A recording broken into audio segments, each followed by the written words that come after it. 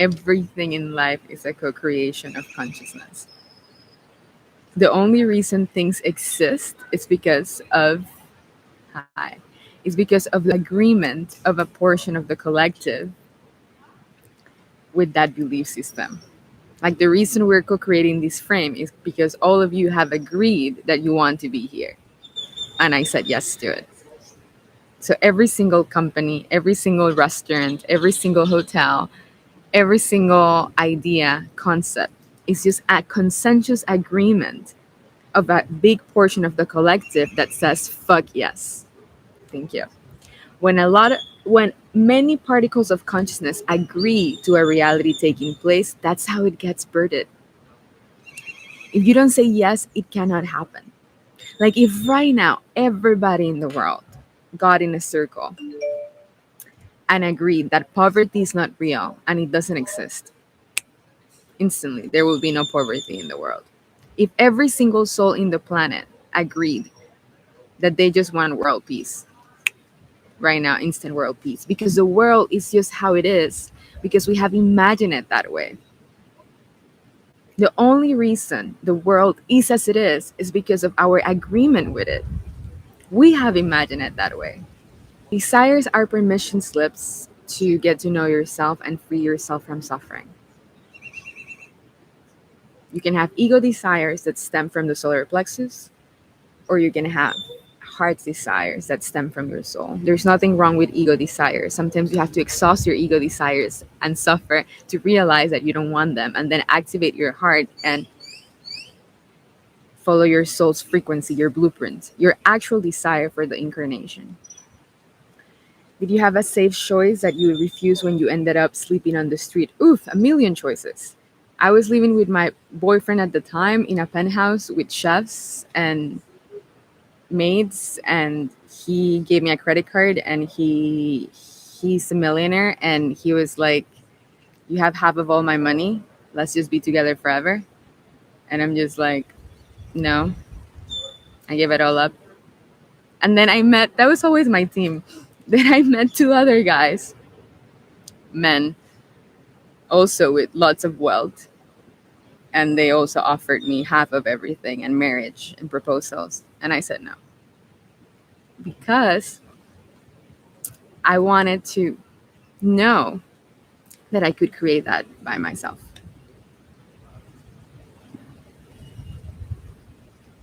And it's already happening. How cool. Instantly, I got new opportunities. Like friends appeared out of thin air and were like, hey, I'm going to offer you a bed. I'm going to offer you a room. I'm going to offer you, thank you. I'm going to offer you this. I'm going to offer you that. And I agreed to the ones that fell in integrity, because some of them offered me that in exchange for sex. Of course, that was going to be my team because of my beauty. Everybody wanted to buy me or wanted to exchange money for sex. And I'm like, no, not a prostitute. I mean, I am. We all are. But not a sex prostitute. You know that Peaky Blinders, which says like we're all hoes? We always sell a part of ourselves. In your work, in your job, this is a part of myself that I'm choosing to sell to you right now. But it's my preference. Here, I'm giving you my frequency. You always sell a part of yourself. What are you selling your soul for? If you're in a job, you're selling a part of yourself to the person that contracted you for that job to give you life force energy in the form of money. That's why being in your calling is the best opportunity you have to share your frequency. Because let's say you're an artist and you do paintings, beautiful paintings. Then you're a queen because you're choosing your calling. You're choosing to sell the part of your soul that it's in alignment with what you came here to do. There's nothing wrong with sensuality, but there's a lot of power in sensuality. That's why I call myself Cleopatra. I use my sensuality for the highest good. As a woman, you have a responsibility to use your sensuality, to use your beauty, to use your power, to bring good to the world. Not for control, not for manipulation, not for survival, not to stay alive, not to feel security, But what are you going to use your sensuality for?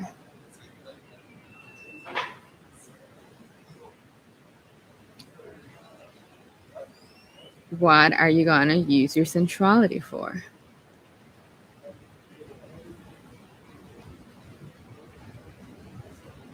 Your sensuality is your power.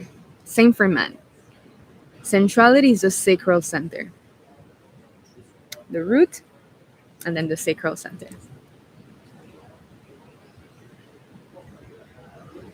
And then in the sacral center, that's your creativity. And when you use your creativity, your central center, you can move it up to your throat, like I do, and use your central energy to co create the world that you want to see.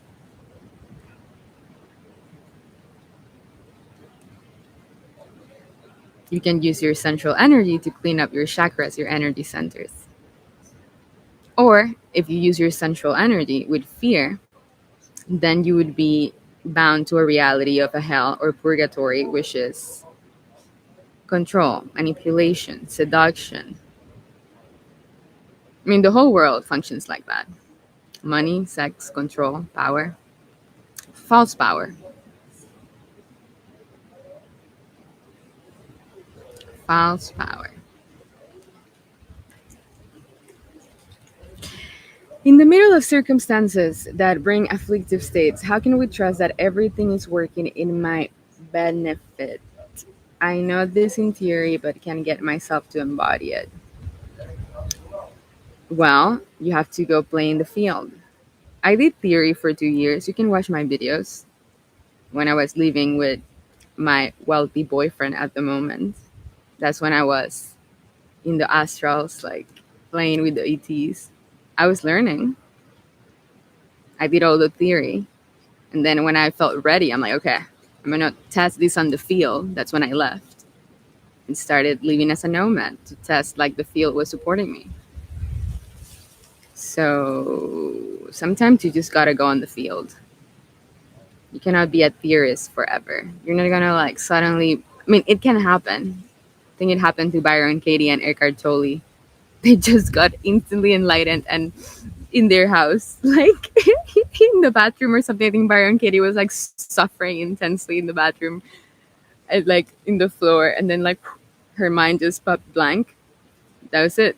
And I don't know how was it for Eckhart Tolle. I think also he was like suffering so intensely, and then one moment the mind was blank and he was done. I mean, I'm intending that for you. I mean, I don't want anybody to go through what I had to go through. I went through hell and back many times. It was awful. I would love for you to have the Byron Katie Eckhart Tolle experience. But if you're in an underworld like I was, if your karma was so intense as mine was, my karma was so heavy, then you have to go on the field and you have to clean it up by yourself. Go clean it up. Go test it. Now you have all the theory. You cannot work on your wholeness. You're already whole and complete. You're allowing the fragmented areas or aspects of yourself to remember that you're whole and complete so they can integrate back into your heart and your mind's eye. You can do anything. You are infinite, limitless. The same potential that everybody has had. The potential of the Buddha is there for you. The potential of Jesus Christ is there for you. The potential of Krishna, the potential of Neville Goddard. Anybody that has achieved anything great or allowed themselves into self-realization and self-actualization, that is you. You can do that too. Just gotta do it. How? Just choose and trust.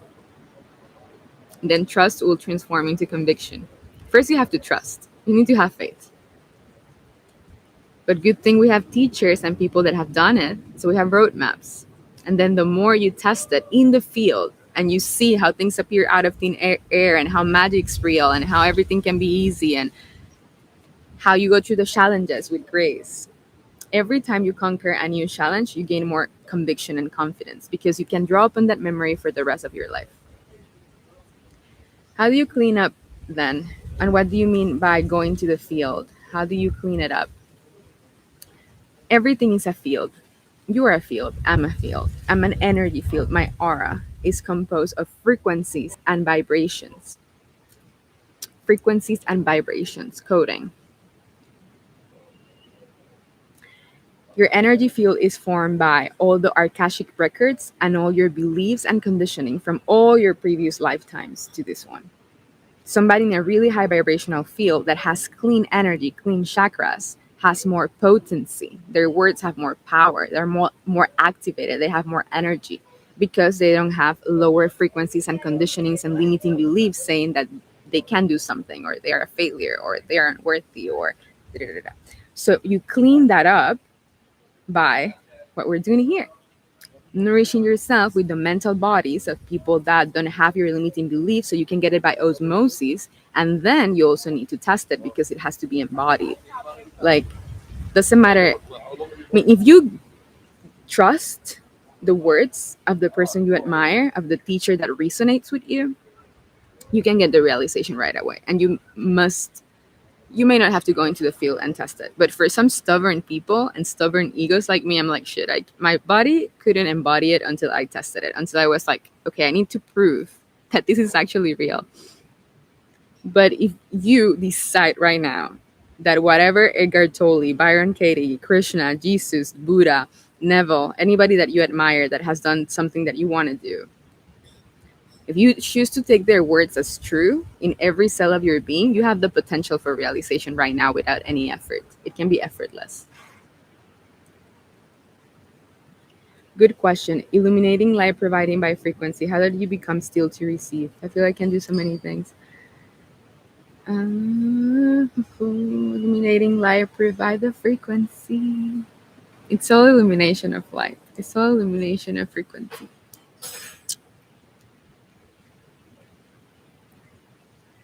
There's nobody here.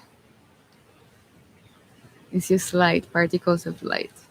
There's no personality. There's no person. Like, you are not a person. You're a field composed by the beliefs, imprints of all your past lives, choices, and decisions. Thank you for the question. God's using you as the channeler of the questions. You're asking these questions for all the collective. Thank you for your service, Blanca. So, back to why I want to make titles edgy. Because I want you guys to be shaken up. I want this to be fun. I don't want this enlightenment thing, empowerment thing to be like in the Asian times, like in the Himalayas and just like meditate and being all serious. Let's create a fucking X-Men mansion. Let's have a fucking party. Let's make this epically fun. Self-realization doesn't have to be boring and like I mean, after you realize your and after a while you get bored of. I mean, it's peaceful, but at some point you're gonna be like, okay, now I'm at peace. What do I want to do now? I want this to be excited for you. I want you to be a baller. I want you to be, yeah, I want you to be like James Bond. I want you to be fearless, limitless, mysterious, adventurous, sexy, powerful, epic. In your authority. I want you to take no shit from no one. Take no shit from no one. Own your power. Own your worthiness. Do whatever the fuck you want to do. As long as you're in integrity.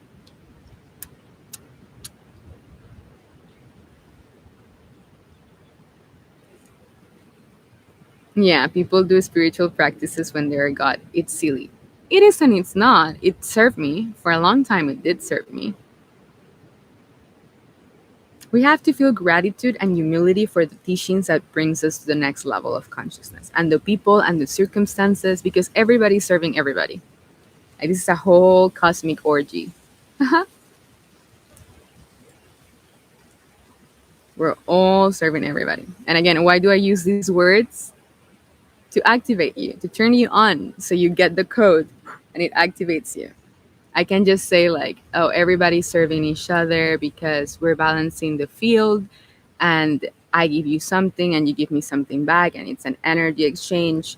And then because we do all of that, because we love each other and we want to achieve all of our goals and desires, then everything balances itself out. And that's why people create companies and businesses, and why you do what you do. And that's why you have the amount of money you have. And that's why your parents go to work every morning. And that's why you chose this career. Boring, boring, boring. I'm like, or I can tell you, this is a fucking cosmic orgy, and everybody is exchanging frequency, and stop being a prostitute for a low price to shake you up and become a fucking queen or king.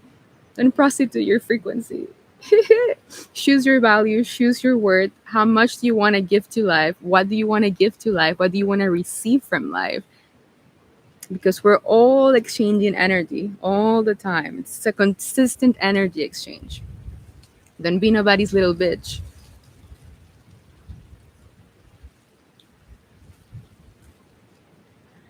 How do you view the word of thought as is taken out of the now? I'm always in the now. Thoughts just happen. Energy flows through me. Energy flows through you. Back to its all a cosmic orgy. Everything is thought and presence. Even when you feel you're not present, even when you think you're not there, you're there. Creating a contraction and a conditioning that creates a seemingly belief in lack and scarcity and unworthiness. But at the same time, who's the one that's creating the contraction? You're always there. You're always in the kingdom, creating a seeming experience that you're not.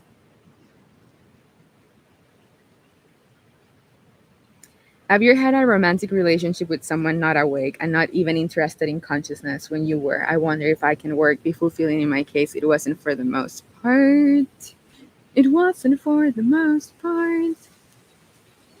Why are you choosing that experience? I mean, I had the code of sacrifice and martyrdom. I took a vow in like 5 lifetimes ago or something. Like I was gonna self-sacrifice for people. Like how stupid could I be? But I know that's what I chose 5 lifetimes ago, and I had to clean that shit up. And I have to be like, no, I'm not gonna sacrifice for anyone. I'm gonna put myself first. So that's why you don't take any vows, and that's why I suggest to reach out for a session. Because there are some things that doesn't matter how hard you try to break in this lifetime. If you have vows from previous lives, that's that haunts you, and you need the proper tools and the proper. You need somebody in a state of consciousness higher than you are to help you clean that shit. So yeah, when I was playing out my vow of sacrifice, I chose sometimes romantic relationship, the opposite of what I had before. Before it was like all these wealthy men, like okay, cool, they give me money, I give them love, win-win, because I was poor, so it worked. So then it was like, I don't want that. I'm going to be empowered. I became overly masculine, and then I chose partners that were not empowered. So I was their teacher. I was helping them heal, but that's also an imbalance, because then I was like sacrificing myself to try to bring them up, and then that drained me. And then I really wanted them to get it. I was like, how can you not get it? But that was still victim, rescuer, savior complex out of seeking validation and feeling like, oh, I'm the one that knows how to do it, so I'm helping you, and now I feel better, and I feel like now here I have more power than when I was with someone that had seemingly more power than I do. So it's still like a power dynamic. It's still not it's still not it. It's not it. So if it's you still there, you're still getting something out of it. The use, the payoff I was getting there was like I felt validated. I felt admired. I felt like I was more in queen energy there, but that's still not queen energy. That's still validation coming from unworthiness. Because when you're fooling your queen or king energy, you don't want to save anybody. You just are. I mean, I'm just expressing because it's happening, and what else am I going to do? But I feel whole and complete. What else am I going to do? Ay, ay, ay. Yeah, I love those swords. So, what are you getting out of every dynamic you have in your life, every relationship? What are you getting out of it? Like, there's always a payoff. You cannot shift to the next level unless you identify what is the payoff that you have and what you're getting out of that energy exchange? What is the payoff? And when you are willing to let go of the payoff of what you're getting in that dynamic, then the new door and the new opportunity arises for you to choose a higher vibration that is more in alignment with truth and less with ego and self-sacrificing tendencies. Our ego. You don't need to self-sacrifice. You can just choose to be in your power and share by example. Nobody needs to get it. Discernment, no, and only agree to fuck yes opportunities. Fuck yes or no. Because when you're fuck yes, you're turned on. Like, I believe everybody here is here because I'm activating them. If you're not turned on in my presence, like activated, hard gasm, then you shouldn't be here. Be where you're the most activated. Because then that's your highest opportunity for the highest vibration in that moment. So it's no or fuck yes. So in every frame of my reality, I'm always turned on and activated. You only choose something that's not turning you on, activating you, expanding you, nourishing you, because you're scared. So you're like, stay there in a reality that you're not that excited. You're not turned on. You're not like in passion, in bliss, because you're scared, or you are in codependency, or you're still getting something out of it, or you believe that it's giving you a false sense of power, or it's still validating you, or you're like, there's always some lack story belief that's keeping you there. But if you just go from no to fuck yes, it's either a fuck yes or it's a no, then you're always in the highest vibration. You're always in the most epic frame of the scene. And then you can flow through life in the path of least resistance and activate your highest timeline.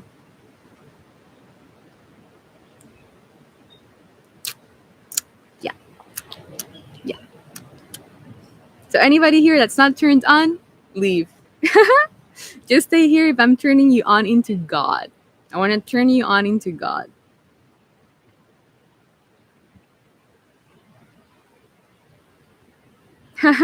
Yes. I love that. That's the disclaimer.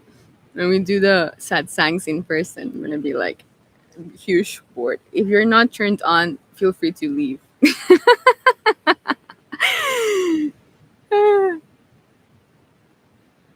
Yeah, it's more about how to turn off again. We're on fire. When we do this in person, that's what's going to be the disclaimer. If you're not turned on, you have to leave the room.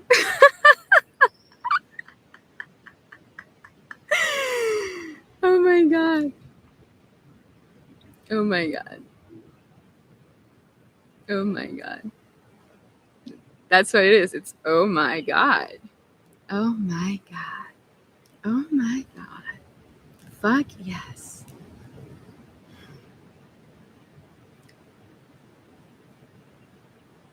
You're attractive, knowledgeable, and experienced, Neville, so call it the promise. Thank you. But somebody can be attractive, like in their face and body, and can have the most fucked up mind. Not fuck yes, fucked up. Like the most conditioned. And I have full praise to that too. Being attracted to somebody that was like amazingly hot outside, but inside had a lot of conditioning, a lot of entity attachment, a lot of things to work on. So have discernment. Not because somebody looks pretty in the outside means that they are in a frequency that can benefit you. It always has to be it needs to nourish you. If it doesn't charge you up, your battery, then it's not good for you. Trust me, I know. So it's not about the vessel that helps. It's about the frequency. Are you running away in that emoji? Like, I'm leaving from that relationship. I'm not for here for this. So, I mean, it's of service. You know, David Hawkins talks about, oh my God, I'm in love with David Hawkins. That's my favorite teacher. If I could choose, you know, that question, like, if you can choose to have dinner with any being in the world, I would choose David Hawkins. And you can bring them out of death. I would choose David Hawkins to be back on Earth. Oh, he's always with me. I feel his field. Thank you, Master Teacher. Thank you for blessing me. Thank you.